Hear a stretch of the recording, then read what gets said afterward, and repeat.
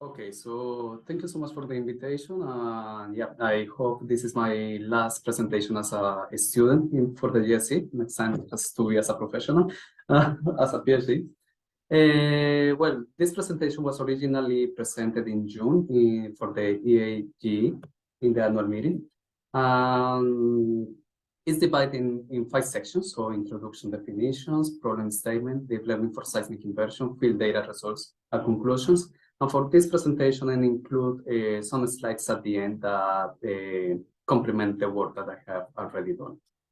So the first thing that I need to do for this one is to define what is permafrost, because the title is we are working about permafrost. So permafrost is any material kept under 0 degrees for over 2 years.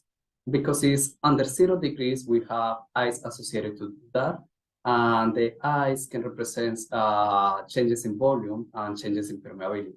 Because ice is associated with that, we're going to have geological structures that are particular of permafrost zones. Those kind of structures are, for example, fluted polygons, ice wedge polygons, or if the permafrost degrades, we also have instabilities, and that will create landslides or erosion in coastal bar. That's very important, but for the context of this presentation, we're going to focus on subsea permafrost. That means permafrost that is currently under the seawater. Okay. Something that we are very interested in is that permafrost, because the ice in the pore space reduce the permeability, can act as a barrier for methane gases and CO2 to be emitted into the atmosphere. So if the permafrost, given the global warming, degrades faster, those greenhouse gases will be emitted into the atmosphere, generating a loop. So that will increase the temperature. The permafrost will degrade even more faster, releasing more and more greenhouse gases. So from that, we can say that evaluating the state of permafrost is crucial for understanding its potential impact on global warming, and we want to find a way to do it. So we are thinking on a way to form up in subsea permafrost that could be by using seismic surveys. And in these plots, what I presented in here is the work of Du in 2015. What she did was measure core samples, laboratory samples, against temperature. And she varies the salinity of the core fluid. So what she found is that under the euteric point, velocities are constant, are the same. It doesn't matter the salinity. Over the freezing point, she found something similar. And there is a trend between the euteric point and the freezing point. But that change that is happening will depend on the salinity. Okay, so that generates a problem because we cannot really say what is the condition of the ice in the pore space. So then what she did was to transform that plot in here. So the salinity conditions at the temperature to estimated ice saturation. When she did that, she found that there is a trend where all the plots collapse to the same trend. And that trend is in a position, in an intermediate position between ice floating in the pore space and ice cementing the pore grates. So basically what this means is that the presence of the ice in the pore space is the one that increases seismic velocities. So with that, we can use that means that we can use seismic surveys for processing or for trying to understand how is the permafrost distribution in subsea permafrost distribution. Okay, so with that, we have 2 surveys collected in the View4C. So those are the 2 surveys in here. So the blue one is the ARA04C that was collected in 2013, and the green one is the ARA05C that was collected in 2014. Both surveys use the same streamer, has a similar spacing. Both surveys aims to map and document the occurrence of subsea permafrost and gas hydrates. Okay, so we have the surveys, and when we go and see a stacked image, we obtain something like this. So from the stack image, what the first thing that we observe, okay, we can discern what is the ocean bottom, is this one, the seafloor is this one, and we can see a high reflection in here. That's gonna be the top of the permafrost. But under the top of the permafrost, what we're gonna see is multiples. And we don't see any characteristic reflections of any structure that can tell us what is happening under the top of the permafrost. So we don't see how thick is the permafrost. Also, we have this kind of structures that, like observed in here, that is dominated by diffractions. Basically, we cannot see either any reflections that is coming from below the top of the permafrost. So with that, from the very beginning, we can say that using seismic reflection to image below the top of the permafrost is going to be very difficult because we have a lot of multiples with a lot of energy that are interfering with deeper reflections. Okay. So when we go into the shot gutters, we're going to observe something like this. So we have high velocity refractions. Those reflections are accompanied by refractions multiples. We are not able to discern what is a multiple, what is a reflection in here. And also we have lots of guided waves. Okay, so we have two preliminary results to work with. So the first one is that using tabular models, as the one presented in here in the corner, we are able to reproduce synthetics that resembles most of the features found in the recorded data. Okay, and the second results that we found, the preliminary results, is that as in normal seismic processing, we can transform the shot gutters into different domains. For example, the hyperbolic radon for analyzing the multiples and reflections, or the dispersion plus for analyzing the behavior of guided waves. Or we can even apply a frequent Fourier transform to the time domain of the hyperbolic radon, just for analyzing the frequency content. Okay, so we can track the changes of the permafrost conditions not only in the shot gutter domain, but also in different domains. Okay, so the objective of this presentation is to present how we design a neural net that use information from refractions, reflections, multiples, and guided waves to map permafrost distribution. Okay, so we propose an architecture that is summarizing this sketch. So we have 4 encoders. Each one inputs images of the seismic data, the shot gutter, dispersion plus, radon, and FFT radon domains. Those encoders, the outputs on those encoders will be a vector. We will concatenate the vectors in a single vector, and that vector will be input to 3 decoders. At the output, we're going to have profiles of BP, BS, and attenuation. So to clarify a bit, we are taking images of seismic images in 4 domains, and we are output BP, BS, and 1/Q profiles. Okay.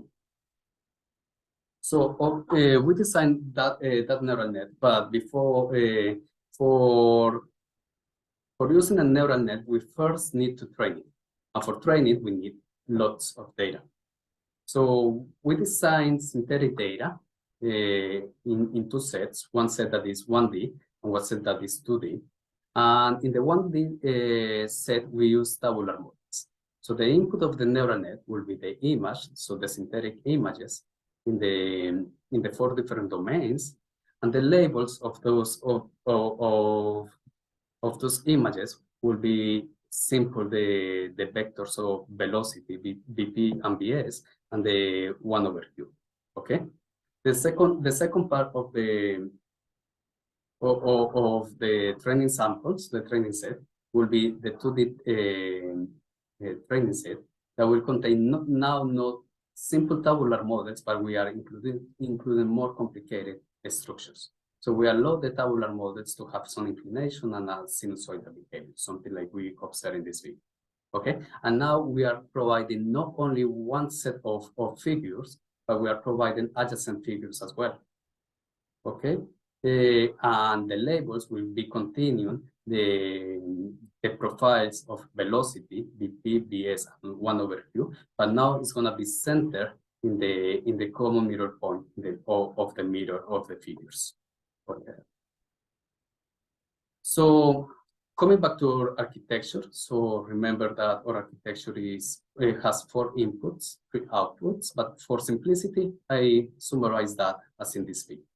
So the architecture of neural net basically takes the image and apply convolutionals and max pooling sequences of layers, and progressively it will reduce the size of the image and increase the number of features that the neural net has.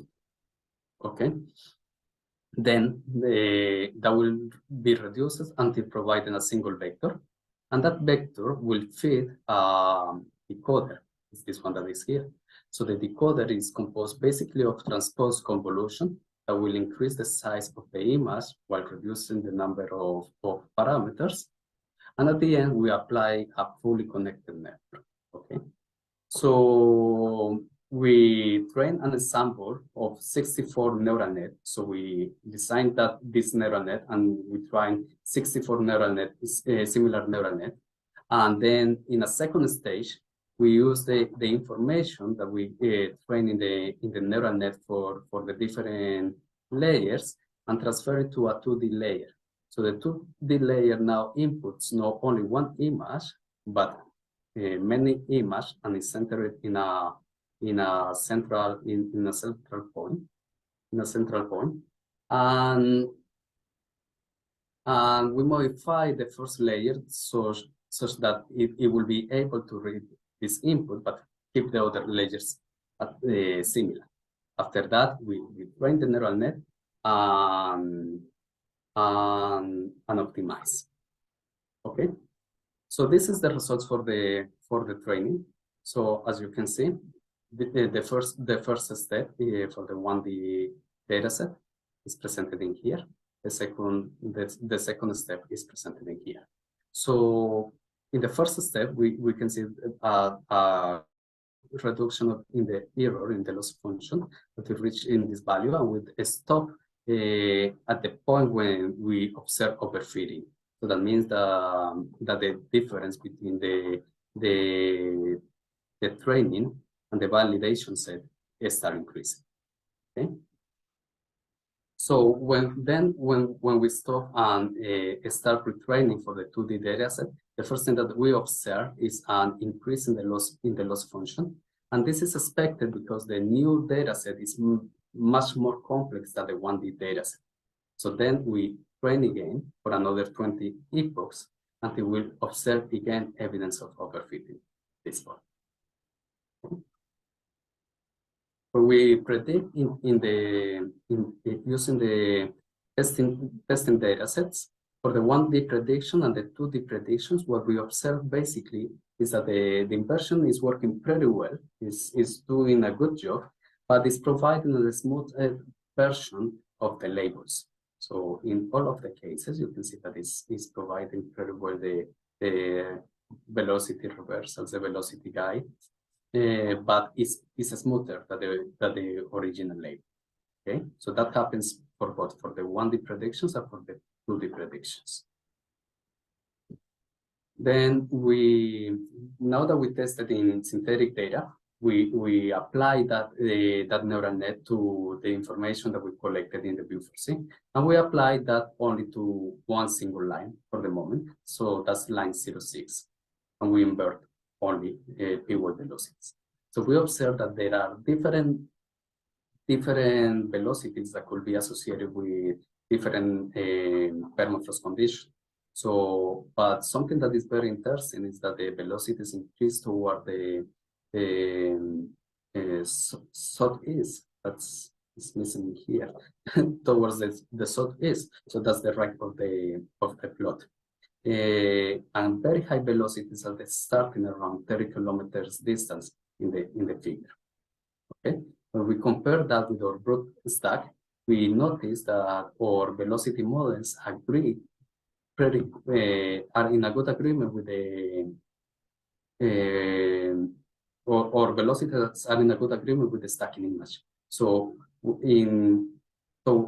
over 30 kilometers, we have high velocities, and that's in agreement with the high amplitude multiples that we found in here. After that, we have some diffractions in here. And in this zone, we have also some velocities associated with permafrost, but as the amplitude of the multiples show, has lower velocity than what we see in over 30 kilometers. Okay, so then we compare with conventional processing. One of the one of the ones that we can use is travel time tomography. So in travel time tomography, what we did is selecting the direct arrivals and reproduce. We select the direct arrivals and try to reproduce the time of the arrivals using the right theory. So we compare our results with the neural net, and what we see is that under 4 kilometers, the velocities are associated with a low ice content. Between 4 and 15 kilometers, we basically in both find velocities associated with ice-bearing permafrost. Then we have a discontinuity, and after that, we're going to have velocities associated with ice-bound permafrost. Of course, travel time tomography is based on direct arrivals and cannot give information about the base of the permafrost, but the neural net can do it. Okay, and something that I want to recall with this slide very fast is that our neural net can provide not only information about p-wave velocity, but also about shear wave velocity and attenuation simultaneously. Okay, so we compare the results from the 1D neural net with the 2D neural net by analyzing two seismic lines. And those are the lines R056 and R057, and those lines intersect at this position. So only for visualizing the 1D versus the 2D, we can observe that the artifacts from the 1D neural net are basically reduced. We can have a more realistic geological behavior in the 2D neural net if compared with the 1D. The other thing that is very important is that if we compare the results at the intersection point, for the 1D, the results diverge from depending on the direction. But when we move into the 2D, the results collapse into the same information.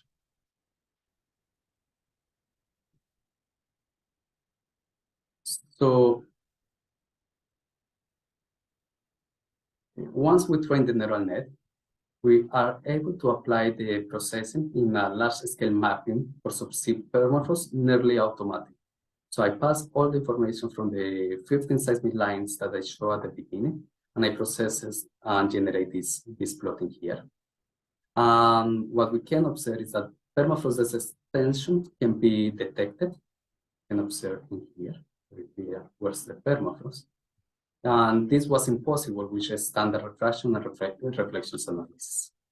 And the conclusions up to this part of the presentation is that we introduce a multi-input, multi-output neural net designed for inverting BP, BS, and 1/Q on subsea permafrost regions. We enhance the accuracy of the neural net by incorporating a transfer learning methodology. The neural net output substantially improves the results of imaging in the intra and below permafrost structure. And using neural net processing enables automate large-scale mapping of subsea permafrost. Okay, so that was basically the presentation of the EAGE, and a couple of slides of the work that we have done after is this. So we have 3 parameters that we invert. So we, after analyzing the different parameters and what is expected in permafrost zones, we could define certain thresholds and define 3 conditions for ice-free sediments, ice-bound sediments, and ice-bearing conditions. And this is the map that we observe in the region. So from that map, what we observe first is that permafrost is mainly located into this zone here. So toward the northeast and southeast, and ice-free permafrost is mainly observed in this region of here. So we have in this zone, we have no evidence of continuous ice-bonded permafrost. We found ice-bonded permafrost, for example, in here, but we cannot see that, a continuous layer. And the most important result is the lateral and vertical distribution are easily traceable. Permafrost, as expected, is diminished as we approach to the outer shelf. If we compare with previous results, so the map in the background is the map found by Pullen in 1987. So we have in here continuous ice-bonded sediments for Pullen, discontinuous ice-bonded sediments, low ice content, or little or no ice-bonded sediments, and that agrees with all results that show discontinuous ice-bonded sediments in this region, as better permafrost in this region, and ice-free sediments in this. Okay, so there are some differences, but those differences could be associated with the different thresholds that we apply that are not the same as the ones that Pullen present. Thank you so much.